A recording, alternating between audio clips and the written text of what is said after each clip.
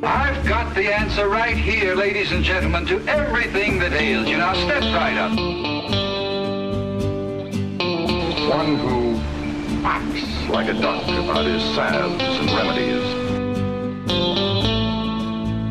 The cruel practice of making money on people's worries feared throughout the years as quackery.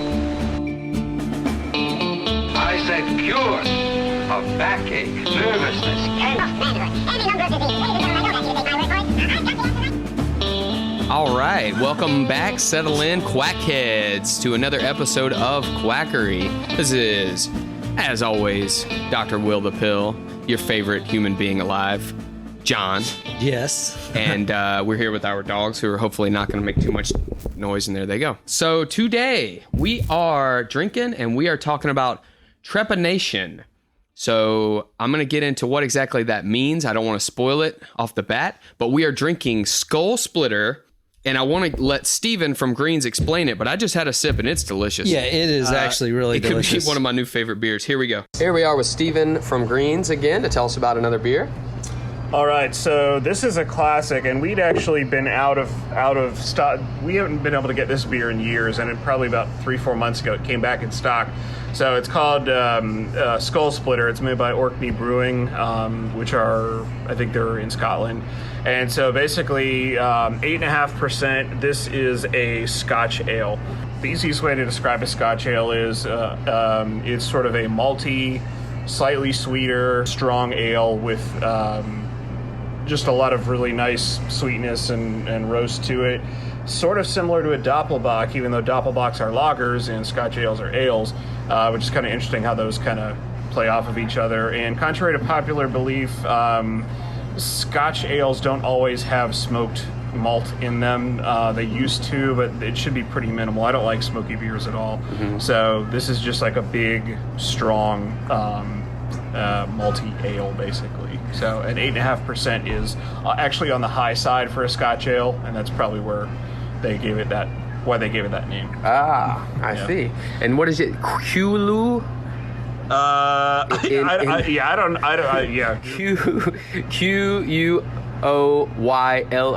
Quayloo. Yep. I guess that's where it is in Scotland. Yeah. That's cool. All right, man. Well, cool. Thank you so much. You're welcome, man. As always. Yeah, I really like this. This beer is tasty. It's from Quayloo, Scotland. I guess that's how you say it. But yeah, tasty. It's different. I don't think I've had one like this before, but I like that. So let's talk about why that relates to this crazy thing called trepanation, for those of you who don't know what it is. So, John, what do you think trepanation is? I've never heard of that term, but looking at your slide from the intro slide In the beer. Yeah, it looks like they're splitting skulls. Yeah. Okay. So that's good. I didn't really want you to know. So yes, trepanation is you're actually drilling a hole in someone's head. So while they're alive? So yes. What? So this was a crude surgical procedure where they would form a hole in a living person's skull. So they either did it by drilling, cutting, scraping, or anything like that. And I got all this information from BBC. But to date, thousands of skulls have been bearing signs of trepanation have been unearthed at all different sites in the world. So not just like one place in the world they did this. They found them all over the place. Jesus. I mean, that's a big ass hole. Yeah, I'll put these pictures up on quackerypodcast.com so you can check them out. But like, I mean, if you just Google trepanation, you're going to see hundreds of these photos. I mean, there are a plethora of these skulls. I have never heard of this. And I watch a lot of the BBC shows. I watch a lot of even like Ancient Aliens. Crazy, right? They have never talked about this. And I want to point out that if you go to the website and look at this picture, that hole is as big as his eye hole. Like his, his skull. We're not talking about, we're not talking about one of the normal holes. It's not an eye, nose, or mouth hole. Yeah. But it's as big as an eye hole. Yeah, it's like as big, almost as big as a baseball. It's huge. Yeah. Yeah. So I don't want to spoil anything else from this because it's so exciting, but we'll get into all the specifics on this. So then, of course, you're going to say, why the hell did people do this? It's clearly important because it's all over the world, but we really can't tell exactly why, obviously, because these people are not alive to ask them. But a lot of times, so we thought that it maybe would be to treat head trauma. So if there's pain, they think relieving pressure from behind the skull, and that makes a lot of sense. Yeah, they do that today, right? Yeah. So we'll get into that. They do, and then it's hard to say exactly when the brain is gone, but they thought a lot of these skulls were from people who had neurological disorders or mental problems. So you think they were lobotomized too? There's no evidence that they were lobotomized because the holes are typically not where you could do that. But it is interesting that you bring that up. Yeah, because that kind of, and it eventually, we'll talk about lobotomies too. I want to do a whole episode on that for sure. So, and then also they thought maybe it could be ritualistic. Like, people always think, oh, maybe someone was crazy back then. They can't explain it. Well, maybe the spirits are in their head. We got to let them out. So that was another thought too. And you might get to this, but I wanted to point out that the picture of the hole is actually very even. It's not. It seems like it was cut with a drill. I mean, it's very circular. It's not jagged. Yeah. If they did it with just these hand tools like rocks or whatever, I mean, I can imagine them scraping them. Yeah. So we'll talk about when people started doing this. This is an even bigger hole in the back of someone's head we're looking at here. We'll bring that up. But they basically started doing this in the Neolithic era. So, of course, I needed to look what the hell that is. So it was almost 10,000 BC. So that's like 12,000 years ago. Yeah. Spoiler alert, people are still doing it today. Oh, wow. Where just these weird tribes? We're going to save that. Little tantalize you a little bit there. Okay. So here's my man here. Ephraim George Squire. A gentleman and a scholar, I put there on him. He has a badass little picture I'll put up on quackerypodcast.com. I almost said talkmurder.com because I will listen to your podcast so much. You're like, hey, Jen, where's the website? I don't know, Facebook. 1865. This dude did it all. He was kind of a Renaissance man. Explorer, archaeologist, ethnologist, and U.S. chargé d'affaires, which is basically just like a diplomat. What's an ethnologist?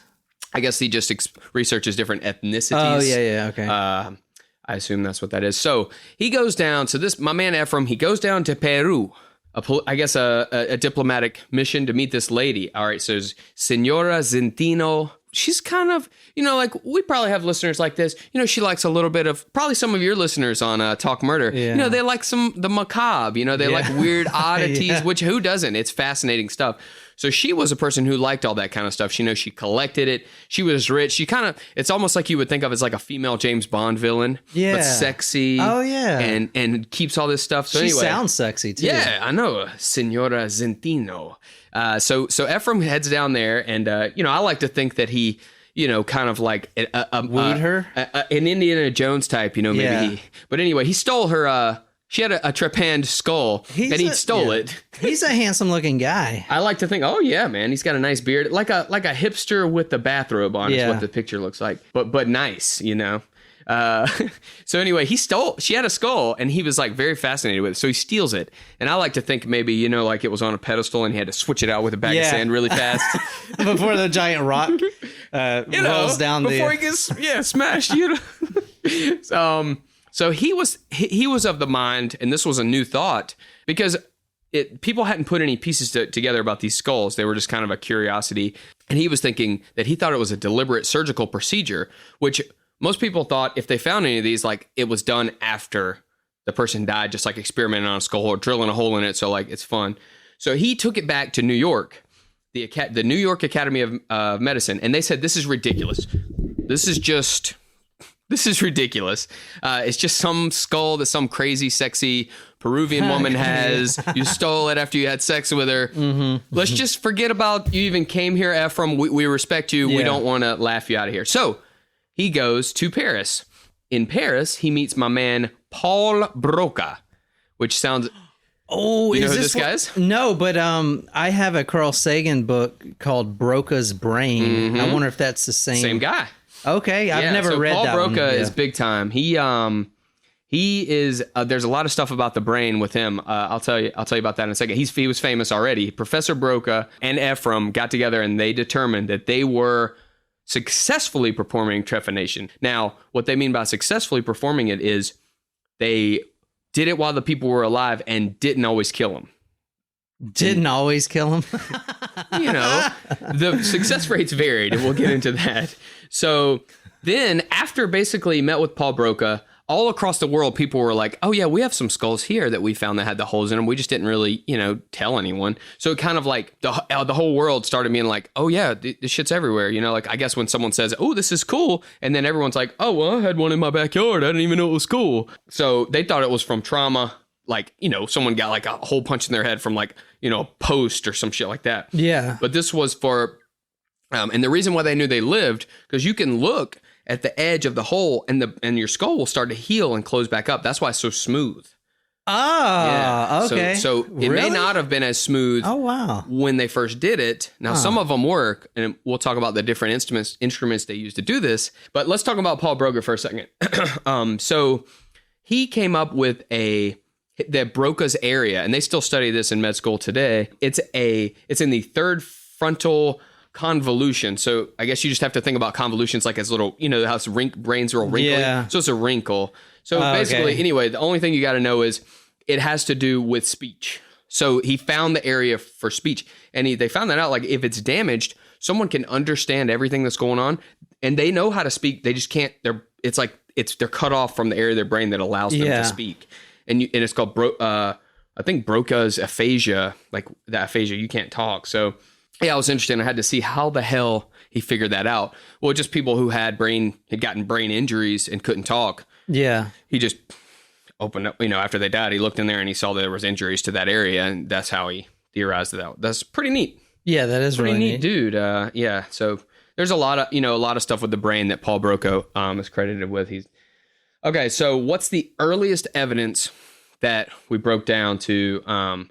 So we knew that they were doing it as early as 10,000 BCE, but in France they found a bunch of skulls. Gee, 120? Yeah. Wow. Well, so they found 120 skulls, and 40 of the 120 were trepanned. Or trepanated, or whatever you want to say. That means 40 of 120 skulls they found at a certain location. Like those catacombs in Paris under the city. Yeah. They had the holes in them, which is a lot.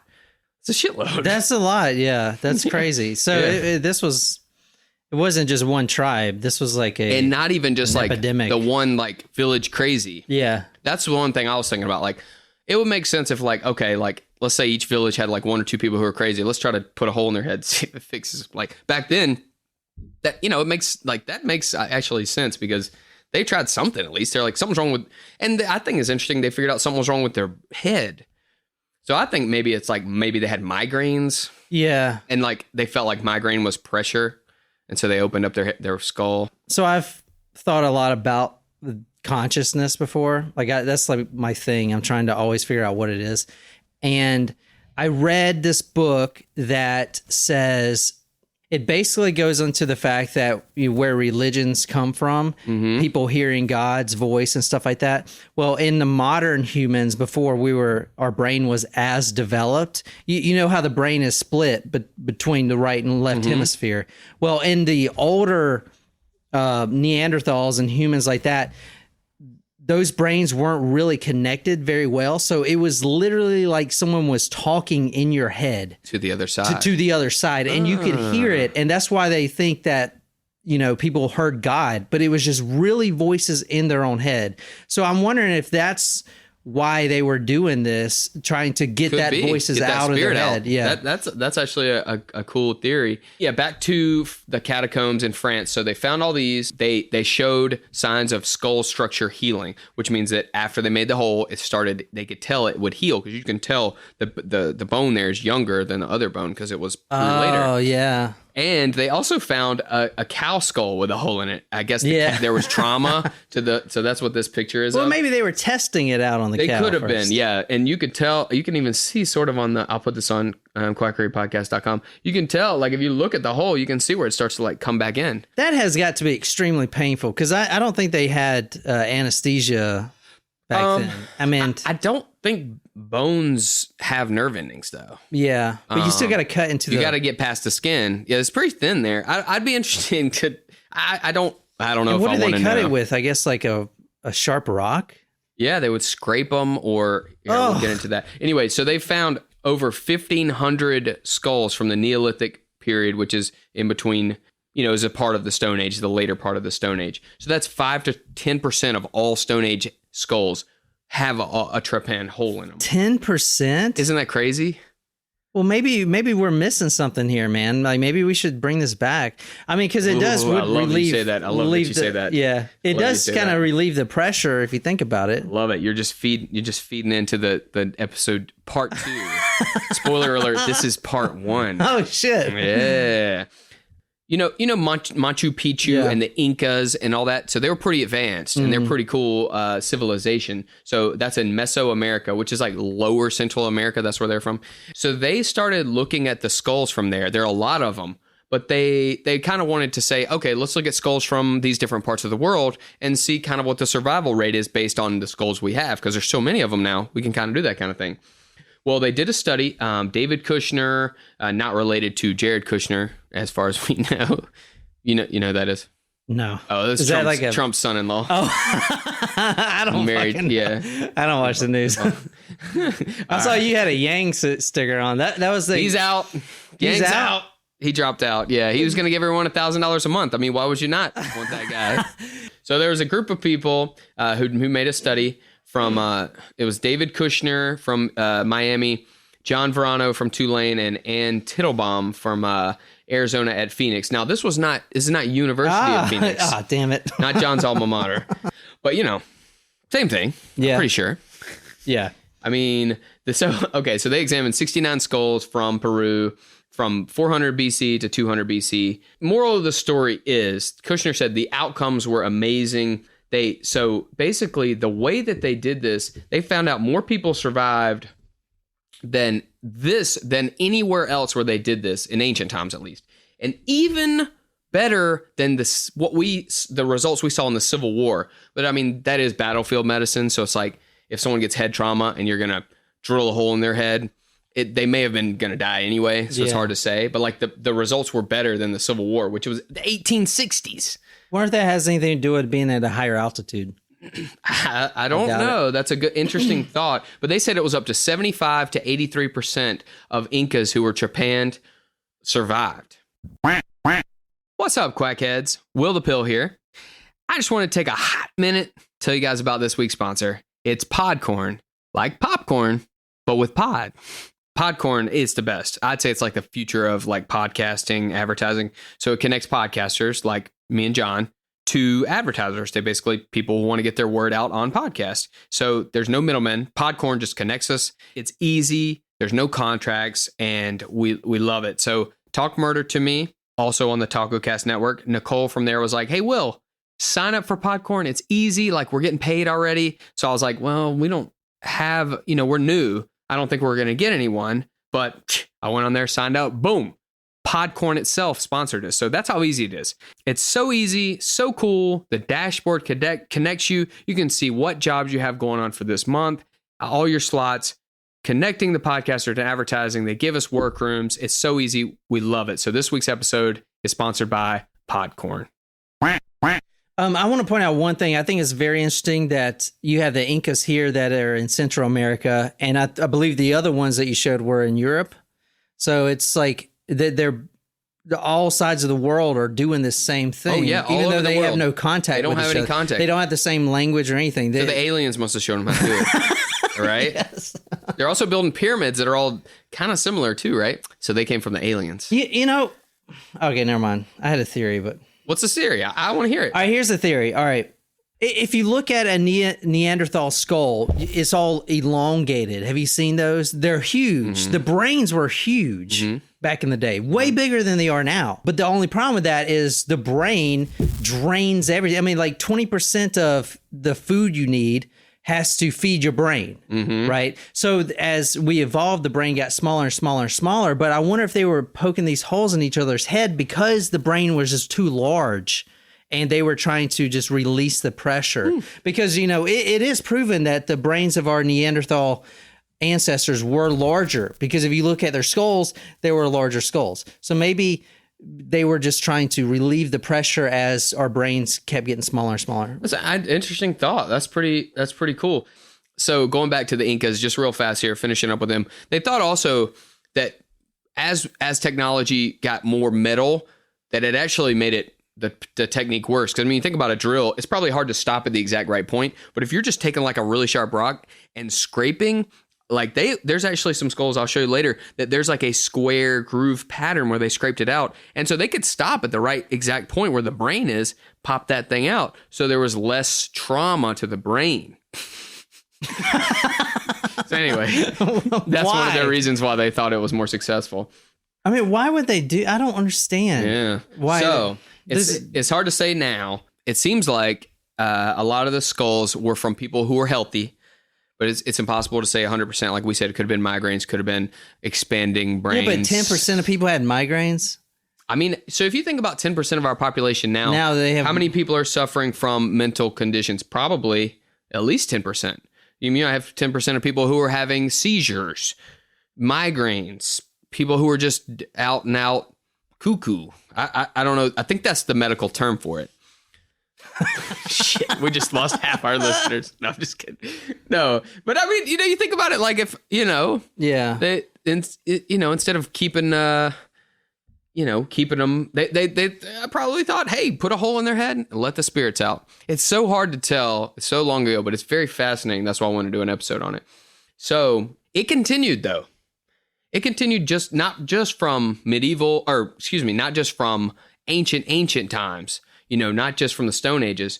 So we get to the Renaissance. So the Renaissance is a period of time where you it's a big leap forward in a lot of things, as far as thinking, technology, all that sort of thing. But they were doing this in the Renaissance. So here I have a picture. Go to quackerypodcast.com. It is a set of trepanning tools from the Renaissance. Oh, wow. Yeah.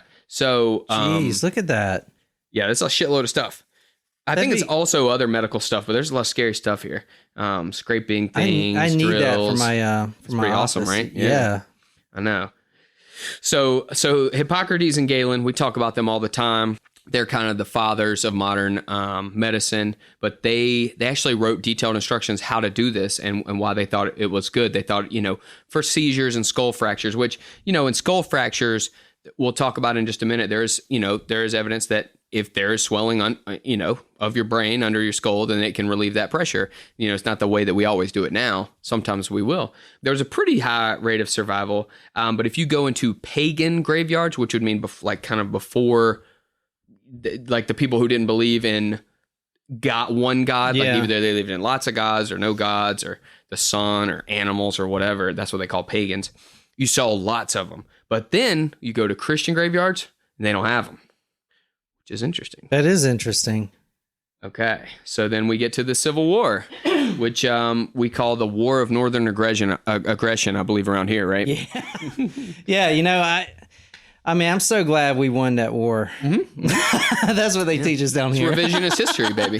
That's what our school systems in the South teach us. I mean, I think we surrendered. I think it's fake news. That's what it was. We beat them.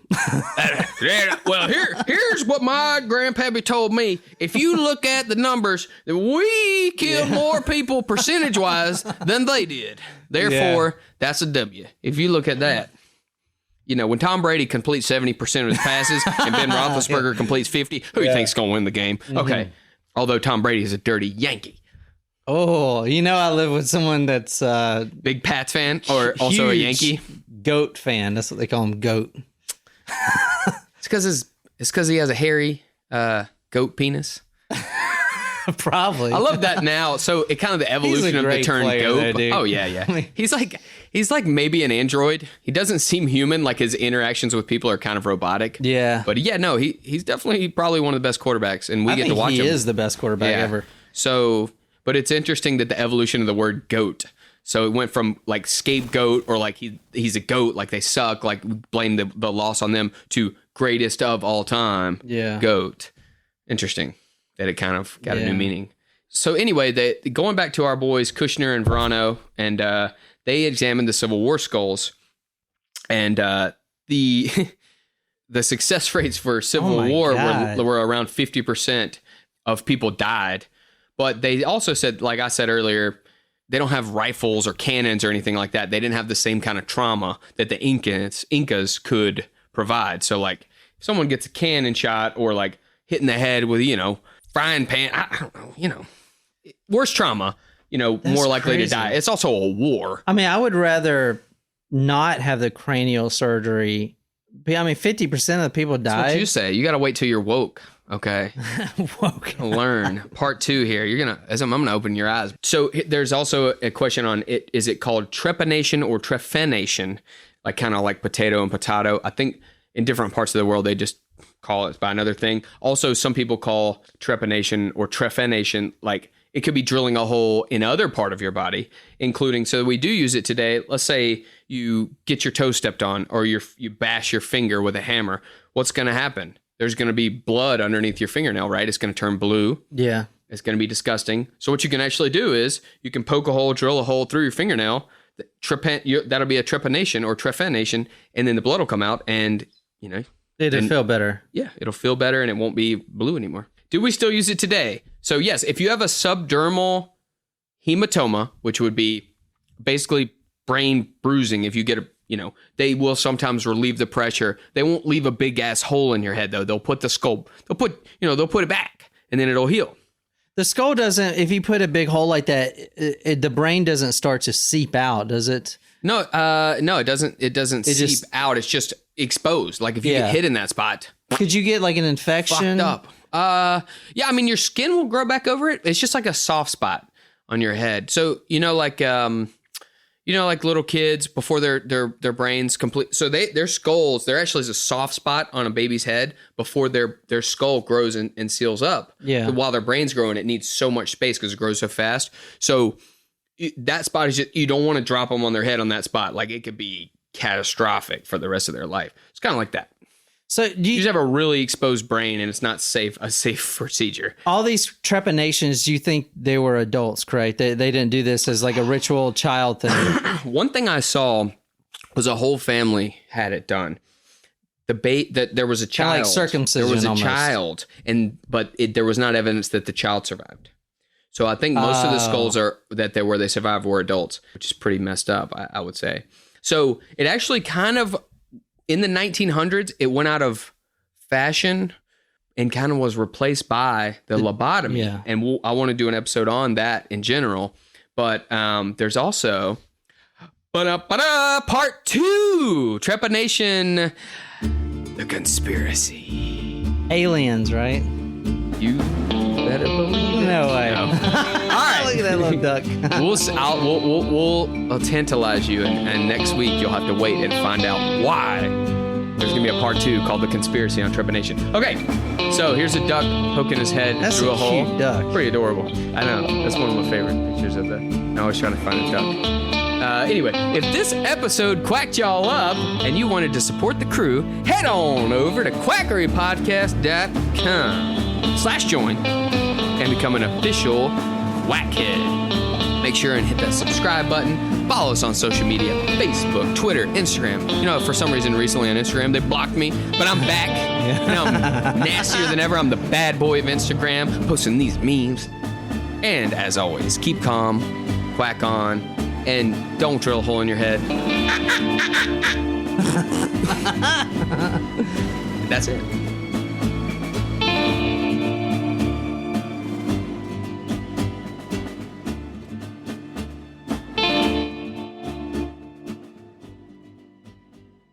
Oh, can I say something completely off topic? Yeah. You remember you recommended the capsaicin? Yeah. So my doctor prescribed it. Ooh. And it's great. But last night... Does it have snake oil too? Last night, we had the great idea... Don't put it on your penis. Had the great idea of cupping me. With it? And then putting it on. Oh! And it your was the pores most... are open. I bet it hurt like hell. Dude, let me see. yeah. Let me see. Well, the redness has gone down. Ah!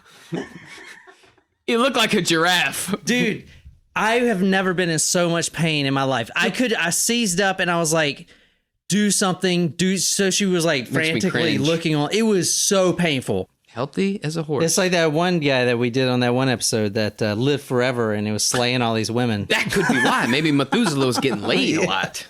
Oh, man, I didn't think about that. Mm-hmm. Tying it back in. Yeah. Back to the male enhancement episode. Our number one seller. Yeah, it is. It is. Oh, yeah.